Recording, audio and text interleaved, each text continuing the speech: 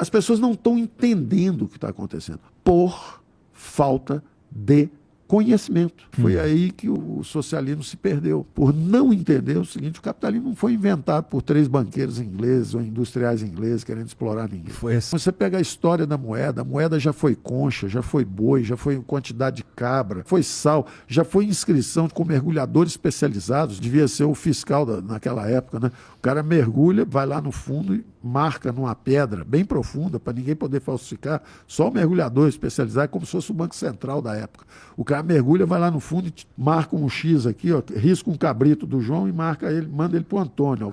O cabrito pertence agora ao Antônio, não mais ao João. A moeda trocou de mãos. Era feito em inscrições em pedras em águas mais profundas. Quer dizer, tem inscrições, eu cito sempre esse caso, quer dizer, o Cortés entrando em Tenochtitlán, a cidade do México hoje, que era em cima de lagos, e ele entrando e ele deslumbrado com a visão, ele escrevendo para o rei Felipe, na época era Espanha, Países Baixos, era bem maior, a Espanha controlava também Holanda, Bélgica, essa área toda, e ele escrevendo assim: estou fascinado, as construções são mais altas do que as de Sevilha, quer dizer, comparando com as cidades espanholas, dizendo: olha, as construções são mais altas, os mercados são fartos, muitos alimentos, muitas peles, tudo sendo comercializado. Quer dizer, já existiu o capitalismo, não tinha capitalista nenhum explorando ninguém. Da mesma forma que nós nos comunicamos, conversando, quem inventou a linguagem? Você não tem a menor ideia. Um dia caiu um raio, alguém fez assim, aí todo mundo, virou raio. Entendeu? E isso é um mecanismo de comunicação que nós, como espécie, fomos desenvolvendo. A mesma coisa o dinheiro, a moeda, as instituições, o banco, o dinheiro já foi ouro, aí o cara tinha que carregar aquilo nas costas para comprar o cabelo. Ele falou: vou fazer o seguinte, deixa aqui no banco, eu te dou um papelzinho, aí você entrega o papelzinho, pronto, o ouro saiu de mim, você comprou o camelo, o ouro troca de dono. Aí foi para a moeda fiduciária, aí agora já estão falando na moeda digital. Então, isso é uma evolução contínua das instituições. Você tem que estar com a cabeça aberta, preparado e ter conhecimento especializado para não cair no conto da carochinha, de achar que está tudo errado. São milhões, milhares de anos de evolução. Não existe a chance, na tua opinião, do socialismo ser o próximo passo nessa evolução? Do ponto de vista econômico, esquece, já foi tentado. Os últimos 100 anos foram tentativas frustradas. O Mao Tse-tung tentou na China. Milhões de pessoas morreram de fome, milhões de pessoas foram perseguidas, encarceradas, tiranizadas. Isso foi tentado na Rússia também, milhares de pessoas, milhões de pessoas morreram com fome também.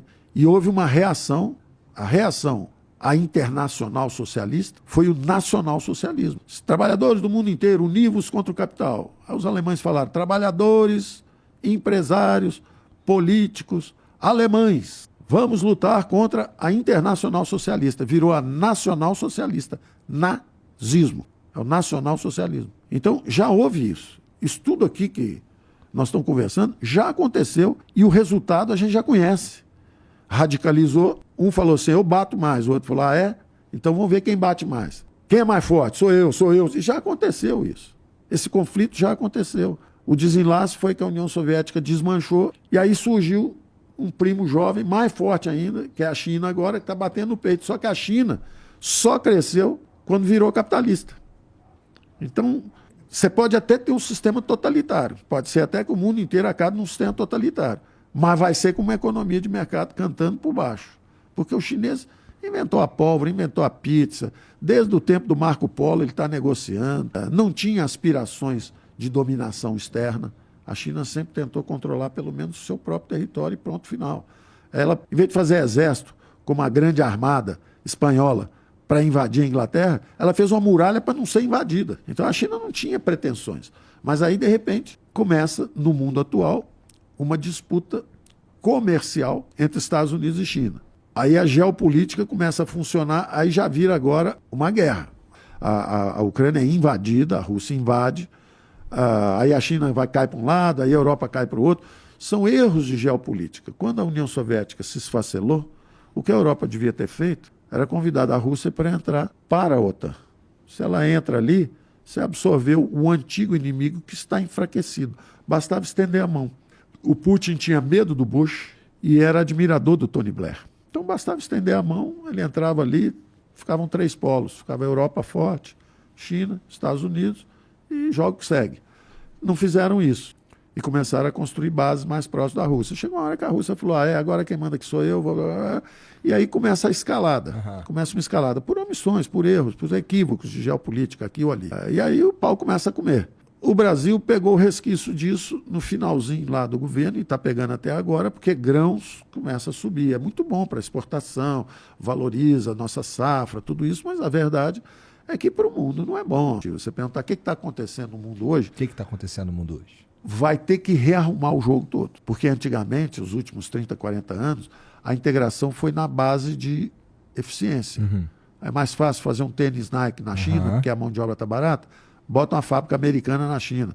O Brasil aqui, no sul do Brasil, fazia sapato aqui, transportou as indústrias de sapato para a China. E aí trazia para cá de volta. O Brasil passou a importar em vez de exportar. Então, estava acontecendo uma integração pela globalização. Nunca tanta gente saiu da miséria por isso. Tem gente dizendo assim, o capitalismo não funciona, o capitalismo faz miséria, está trazendo miséria, o neoliberalismo falhou, porque não sei o quê, porque está provocando a desigualdade. Pergunta isso para o chinês, se ele acredita nisso. O chinês está falando, olha, espetáculo, viu? Esse negócio, eu peguei o Adam Smith, li o Adam Smith, mergulhei nos mercados globais, pergunta para o indiano. O indiano, o chinês, essa turma toda está dizendo o seguinte, olha, espetáculo, hein? Mercados globais, espetáculo. 4 bilhões de pessoas saíram da miséria. Nunca a humanidade conseguiu tanto reduzir a miséria. Nunca se reduziu tanto a desigualdade entre pessoas e povos. Quem conhece a economia sabe que o que aconteceu foi isso. Quem está vacinado, ou quem não se vacinou contra a ideologia, o Piketty, eu debati com ele aqui em São Paulo. Ele veio aqui, falou, está piorando a distribuição de renda no mundo e tal. É um Marx, menor ainda, produzido ali na esquina, na França. Cara legal, cara bacana, foi fazer MIT nos Estados Unidos, mas esqueceu de estudar umas partes. Eu tive esse debate com ele ao vivo, tem gravação e tudo, eu dizendo isso para ele, falando assim, você está errado. E dizendo isso, olha, os salários eram de miséria na China, na Índia, eram muito altos nos Estados Unidos, e aí, cadê o Plymouth, cadê o Cadillac, cadê o Chrysler? Sua geração nem conhece isso. A indústria automobilística mundial era totalmente dominada pelos americanos. Acabou. Agora é Toyota, é Honda, é Datsun, veio tudo de Coreia, China, chegando Japão. Os chineses aí elétricos. Então, o que acontece? Houve essa fuga da miséria, quando eles entraram no capitalismo, ou seja, em vez do capitalismo explorar os chineses, foi o contrário. O capitalismo enriqueceu os chineses, está enriquecendo os indianos, enriquecendo os indonésios, todo mundo fugiu da miséria. Aí, do lado de cá, a turma está sentindo esse impacto. E aí começa a maior barulheira aqui. O capitalismo está destruindo a gente, a coisa está muito ruim aqui. Aí o Trump nos Estados Unidos, aí dá o Brexit lá na Inglaterra, os caras saem do mercado comum da moeda da zona do euro. Quer dizer, as pessoas não estão entendendo o que está acontecendo por falta de conhecimento. O capitalismo causou a maior redução de miséria da história da humanidade, essa globalização. Porque assim, reduzir a miséria... Porra, maneiraço. Acho importante. É o que a humanidade devia estar pensando. Reduzir a miséria. Mas aí a gente reduz a miséria e o bilionário fica mais bilionário e aí fica mais desigual? Ou desigual igual? Isso é que eu falei, que o Piketty, essa era a evidência que ele apresentava no país. Quer dizer, se você estiver dentro dos Estados Unidos, ou você estiver dentro da França, você viu o seguinte, os juros foram para zero durante esse período em que o trabalho chinês acabou significando no mundo inteiro a inflação não subiu, porque tinha o que a gente chama de globalização do mercado de trabalho. Então, se você tem 1 bilhão de chineses procurando emprego, você tem 1 bilhão de indianos procurando emprego, 200, 300 milhões de indonésios procurando emprego, não tem alta de preço, não tem alta de salário, não tem nada. E aí o juro vai descendo, como não tem inflação, o juro desce para zero. Esse foi o meu debate com o Piketty. Quando o juro vai para zero, se você tem propriedades, tem rendas, quando o juro tende a zero, as propriedades sobem de preço.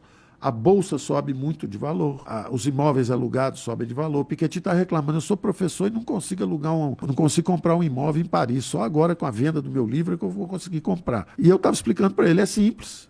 Quando a taxa de juros tende a zero, a propriedade tende a infinito. O preço da propriedade, isso é uma matemática financeira simples. O preço da propriedade sobe. E aí a desigualdade fotografada num país, dentro do país, o que aconteceu com 1% mais rico dos bilionários? Eles ficaram mais bilionários ainda, porque só eles tinham as propriedades.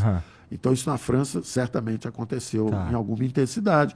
Nos Estados Unidos aconteceu também, mas menos, porque nos Estados Unidos, como o capital é muito pulverizado, quase todo mundo tem dinheiro em bolsa, tem ações de empresa, é um capitalismo popular, entre aspas, todo mundo compra ações. Tinha cirurgião que parava uma cirurgia para ver como é que estão as ações na bolsa. Você vê a finansitis, a infecção de finanças que os americanos estavam vivendo. O negócio já não era mais competir com os outros, o negócio era saber se a bolsa está subindo. Se estiver subindo, nós estamos ganhando dinheiro. Então, é um excesso que foi cometido lá. Por isso que teve o crash em 2007, 2008, deu uma mansa-leão neles lá naquela época. Mas então, quando você tirava foto dentro de um país, a desigualdade estava aumentando. Mas com todo mundo subindo. Só que a desigualdade aumentou. Se você fosse para Marte e olhasse para o mundo, a desigualdade estava diminuindo. 4 bilhões de pessoas saindo da miséria e essa turma aqui mais ou menos estacionada. O Ocidente estacionado. E o outro lado do mundo, 4 bilhões saindo. Então, quem olhar de longe fala assim, o capitalismo reduz a desigualdade.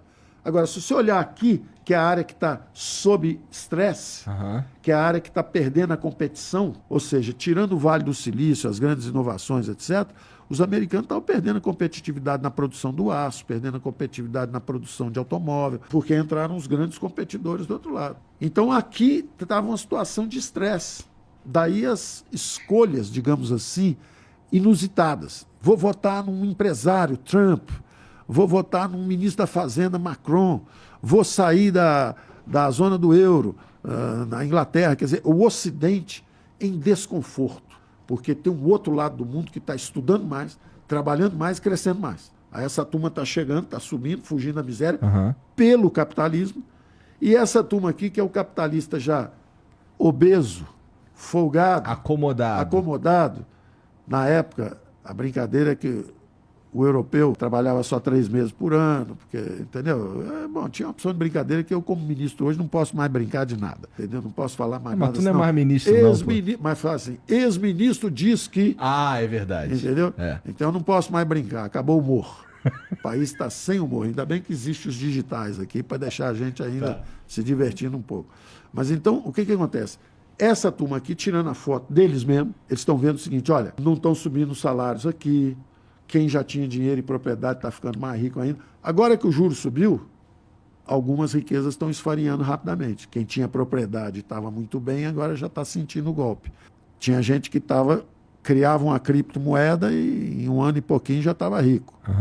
Uma coisa é criar criptomoeda com juro zero, outra coisa é com juro de 4%, 5%, como está acontecendo nos Estados Unidos.